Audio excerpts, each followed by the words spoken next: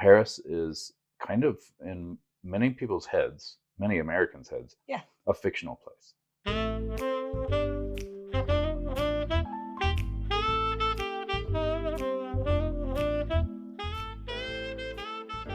All right, so why do you travel? Because we travel for work, and I see a lot of people just, it seems to me that it's escapism. It's not necessarily traveling to explore, which was what I think the whole reason we started. Traveling to go somewhere as opposed to get away from Yes. regular life. Yeah. So that's what this episode's about. Okay. This is about travel and escapism. Interesting. Okay. Okay. Yes. By the way, I'm Athena. This is my partner Phelyx. Welcome back to One Big Caper. If this is your first time here, we are career performers and decided to create a podcast about all of our capers. If you follow us at all, you will recognize that our background is different, and that is because we are on a trip. Yeah. I think this is our very first trip without work, except that we're doing a podcast right now. But the whole purpose of the trip was to celebrate your birthday today. Yes, this is, I think you're right. I'm going back in my brain about trips that we've taken together, and for that matter, even with the whole family, and whole family trips, like we went to Estes Park and that kind of thing. Those were work-based. Yep. They were like opportunities to take people along as opposed to being a trip for the sake of being a trip. Right. So for us, for me, I feel like I see a lot of people taking trips because they're just counting down the days to get away from their life. That could be just part of what is programmed or trained in us, those of us who work 9 to 5 days a week and constantly live for the weekend, constantly live for the next break. Are people living for the weekend these days? I don't know, actually, because I haven't had that kind of job in a long time. I mean, I recently left my day job, which was a server, and it was during the mornings at the airport, but it was the weekends, Friday through Monday. So my weekend was Tuesday through Thursday. And that's very common for servers in my experience, because it's nice to have days off where you can still conduct regular business. Like banking or medical or whatever. Yeah. Right. Which kind of sucks because then you spend all your days off racing around doing errands and chores and things. But if you work a 9 to 5 Monday through Friday, then you do that on Saturday. I mean, it kind of sucks. But anyway, so I guess I pose this because it's July. People are traveling right now. And how long have you saved for this trip is a major question.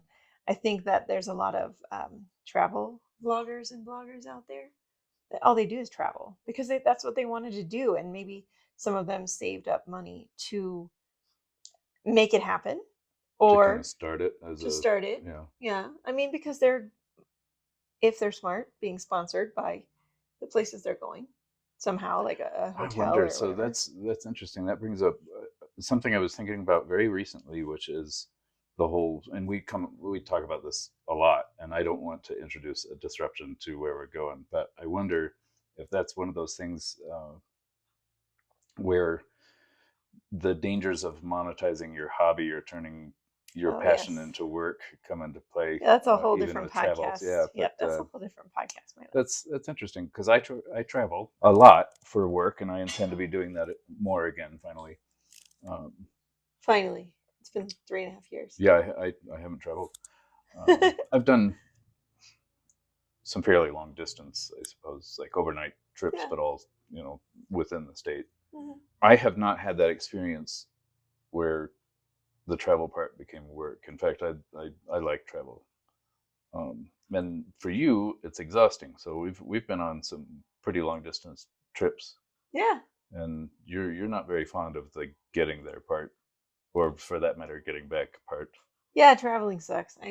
Like it is so hard on our body. It's changing time zones and going to locations that you are unfamiliar with or may not speak the language. So he's speaking of our trip to Paris, and that was also a work trip.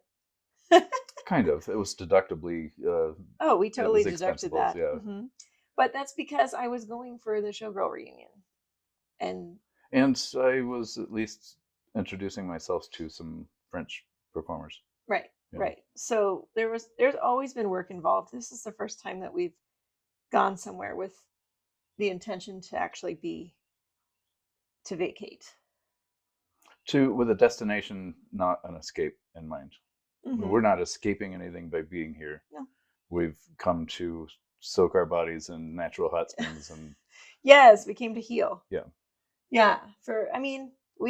We went to a hot springs for the first time in 2020, like in December. So we got a smoking deal, and we were introduced to the hot springs, and then from there, every time we head to the mountains, we try to see if we can get to hot springs. So right now we are in Steamboat Springs, and we went to the Strawberry Park Hot Springs, which is just up the hill from here, about It's not far. 20 minutes, 30 minutes. It's an experience in and of itself getting there. Well, yeah, it definitely was like you can't go to the park unless you have 4x4 and snow tires if it's winter. So we're here in summertime. It is today we're filming on June 3rd, but you guys will see this on July 6th or something like that. Sometime in July, shortly after my birthday. I decided to take Phelyx to the hot springs because he bought a robe specifically for hot springs experiences that I love so much. His grandpa robe. It's a practical robe for going to hot springs, yeah. Which we decided that it's one of the things that we like, and we're going to repeat this behavior with a couple of different hot springs around the state, and we're learning how to pack properly and prepare properly and hydrate properly. And yeah, I'm severely dehydrated right now. I'm trying. Where's my water bottle? So people are trying to escape their life, and so a lot of people don't have the opportunities we do to have weird experiences. And the reason we started this podcast was to kind of just give you the inside peek to our lives, because we have some very strange experiences that we've normalized. Fair enough. Yeah. And if they ever happen to anyone else, it would be like front cover on their Facebook feed and things like that. That's what I think. Well, but okay. So that's why I think escapism exists. The person I think about the most is my girl's dad. Okay. When we were together, we actually didn't travel a lot. We first started dating. We went to Hawaii. So we took a road trip to Colorado to meet my parents in April. We started dating in February, and then we went to Hawaii, which she's from Hawaii. We went there in September for his birthday. He always goes somewhere for his birthday in September. But it just, like, now after we've been separated, it seems like he's prioritizing traveling more. And like, I get it. I like to see new places and experience new places, but I don't put so much emphasis in my life on travel, because I feel like my life in general is exciting. I mean, that's why we call this One Big Caper, because our life is one big caper. So this episode is about escapism, like my criticisms of people that are traveling just to get out of their life, just to get away from their life. I understand what you're saying. Maybe I'm just being judgy. Maybe. In certain careers, certain vocations, travel just doesn't present itself. I got into, I wouldn't say a heated debate with somebody, but this is a friend of mine. Never happens. And this happened online, so there's in a public forum. Okay. But I wrote about how I believe, if at all possible, every American should have the experience of traveling outside of the United States. Yes. Should experience another culture, should experience how different life can be, and should feel how large of a planet we have, how many different kinds of people, all these different things, because it's life-changing. I didn't leave the United States until, I would say, the first time was 40, I think. Are you serious? Yeah. So my first time leaving the country, I was 40. That sounds From about the right. time I was born, probably, I was traveling to Mexico because my dad's from Mexico. So he was always taking family, taking us on a road trip, driving from Denver to El Paso. Every year, usually a spring break. But I left the country on my own at 16. I remember. I Right. know this story. Yeah. So I maybe that's why I'm critical of people, because I had a different experience. Mm-hmm. But like I know that there's a lot of Coloradans who have never left the state. The state. Well, and this is the debate that I'm talking about was Okay. with one such Sorry, I person. totally interrupted, but I totally agree with you. Mhm. Like everyone should. It was with one such person who flat out argued with me that it was impossible for many people to do a trip like that. It was flatly impossible. And I even said to you when we went to Paris that Paris is kind of in many people's heads, many Americans' heads, Yeah. a fictional place. It's a fairy tale fictional. It's not. I'll never go there, so it may as well not even be real. It's a fantasy fictional, like not even a real place. Really? Yeah. Huh. I mean, they know logically they know it's real, but they also know or believe that they'll never go. I never thought that this conversation would go this way. Okay. That's fascinating to me. So my contention was we weren't earning huge amounts of money. It's not like we're exercising wealth that, Oh my goodness. That was quite. We scrimped and saved for a long time. We did, because we found out about it in December 2018, and it was happening in September of 2019. And so in order to reserve my spot in the reunion, I booked our tickets, which was like $350. And I don't remember, I think I paid cash or I put it on a credit card. Either way, it was already paid off by the time we went, because I was not going to get into debt. Like it was like, I'm not getting into debt for this trip. So we paid everything cash. Of planning and I wouldn't say that we really super tightened our belts necessarily, but a little, we were a little more conservative, I guess. I would say we were very conservative, to the point where we had gone to the grocery store to get food, which is the cheapest way to travel. Yeah. You bring your own food, or you go to the grocery store and you buy food to make, which, because we were able to live large while we were there. I mean, we in our own way. So I'm one of those people who prefers to not do tourism. I don't want to be surrounded by a bunch of Americans when I'm in Europe. Yeah. No offense, Americans. United States citizens. And fortunately, most of the showgirls were British or French, or so even those people were not necessarily Americans, but there were a few that I had worked with. Yeah, there were a few, but nevertheless, we did things like it wasn't terribly expensive to buy a bottle of champagne and a baguette and to go sit at the base of the Eiffel Tower and just appreciate being there and together. It was €6 for that bottle of champagne. Right. Unbelievable. Yeah. Unbelievable. Just like, actually, I think it was Prosecco. Oh, okay. Yeah. But still, $6 or €6. It's not impossible. And to my friend who I'll call AJ, you like you were going to die on that hill. And this is an argument that we had online probably 3 years ago. I'm very curious who AJ is now. I think I know exactly who it is. But it's not impossible.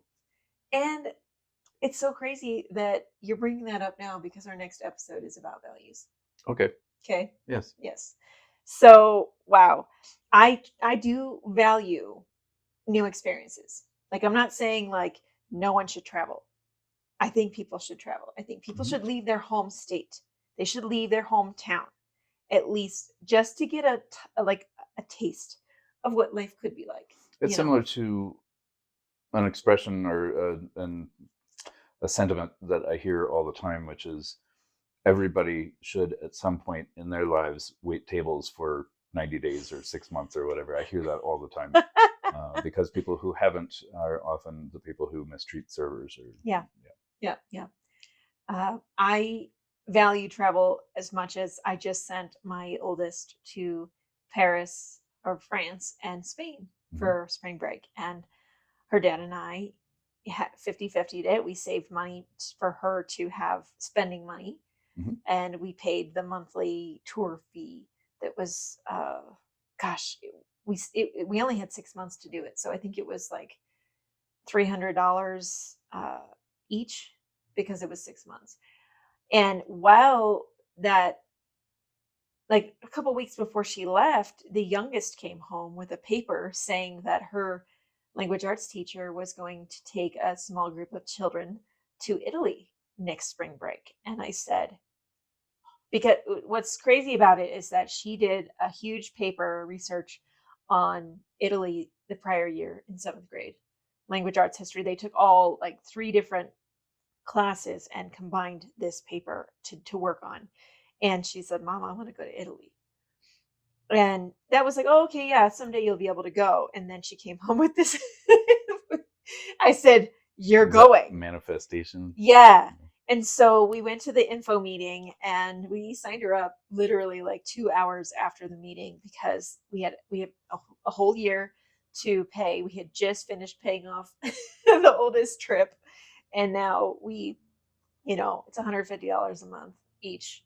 So it was it's a little bit cheaper because it's a shorter trip and it's not going to 2 countries. It's staying mainly Italy and 3 cities. But I value travel. I really value travel, but I value travel for different reasons that I see people doing the escapism. So that's pretty much what I wanted to talk about, is just like, I just want to say, are you escaping when you're going on a trip, and why? Maybe there's something you can change about your life so that you're not constantly wanting to be away from the life. Question thereby, in the most simple terms I can come up with, is when you travel, are you going somewhere or are you getting away from somewhere? Yeah. Yep, exactly. Nicely put. He's just so much more articulate than I am. I wouldn't say that. No, I like for this trip right here, we're going somewhere. Like, I heard about this hot springs and I said, well, what is a good reason to go to that hot springs? Well, my love's birthday is coming up. We're going. Sure. So it's been an interesting adventure. When I do adventures like these that are like short, staycation types, I don't plan anything. And unfortunately, I found out too late that I should have planned, because he's just along for the ride. I should have planned our meals. And while I did plan my breakfast and our lunch, so I did bring food, I planned to take him out to dinner, and I didn't realize how bustling Steamboat Springs is. Yeah, parking's a major issue here. Who would have thought? Yeah, it reminds me of Telluride, like that. There's no place to park, and you're driving around. It's worth it. It's a beautiful place to visit. It's really, really lovely. And I keep looking this way because they're doing landscaping, but I'm seeing very large homes on mountaintops, and we saw clouds resting on the tops of these mountains yesterday, and it's really a beautiful place. Yeah, it's been lovely. So I don't know that I have any more to say, except that this episode is just designed to maybe help you think about the next time you are booking your travel. Is it because you want to explore somewhere and go somewhere, or is it because you're trying to get away from your life? We are wishing you a wonderful time exploring and going somewhere. Yeah, this is it seems like that people are traveling again. So, save your pennies, or I would say don't get into debt to go on a trip. Don't do that. If you can this summer, maybe do a little staycation in your own locale. Try, if you're near hot springs, take your love to a hot springs.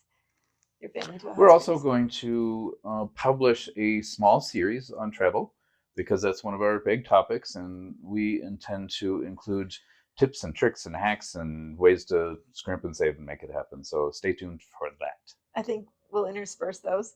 I don't want this to become a travel podcast, but it kind of feels like it's moving that way right now. it's one of the things, like you said, it's one of those things that we value, and we just want to pass along. Things. Yeah. If it can save you a little bit of money or some trouble or whatever, we'll pass them along. Yeah. So drop in the comments below.